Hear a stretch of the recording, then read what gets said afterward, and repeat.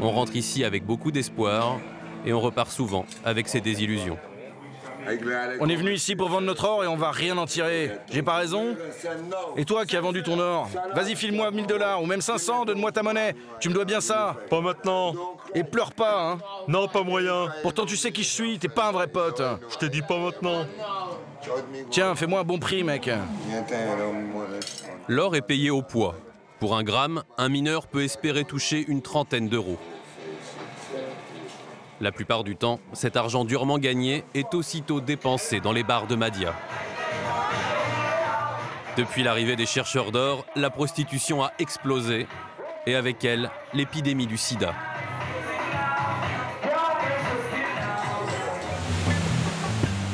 Ici, on détourne l'eau des rivières et on rince sans cesse le sol dans l'espoir de trouver la moindre poussière d'or. La vie est rude dans cet endroit reculé.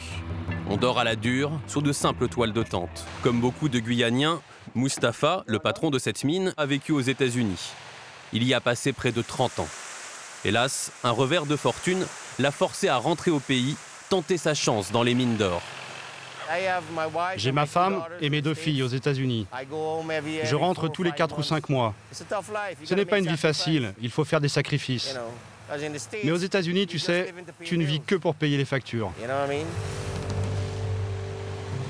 Ici, pas de salaire. Les mineurs sont payés au pourcentage.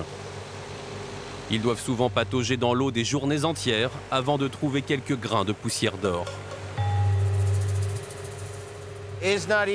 C'est pas facile.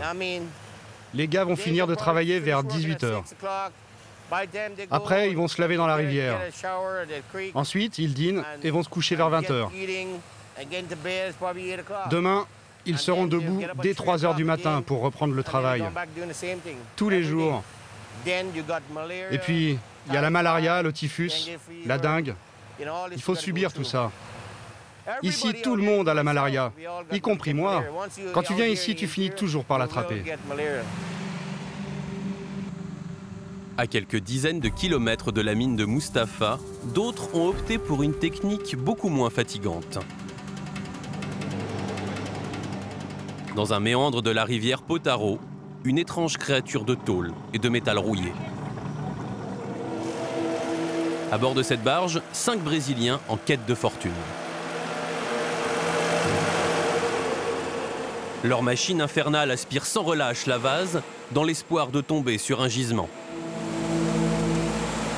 Ce vacarme assourdissant ne s'arrête jamais. Mais pour ces hommes, c'est toujours mieux que de travailler dans les mines. Oui, c'est un problème pour les oreilles, mais on finit par s'habituer au bruit. Ils vont passer 6 mois sur cette barge sans jamais rentrer chez eux. Ces dernières années, cette région au cœur du Guyana connaît une nouvelle ruée vers l'or.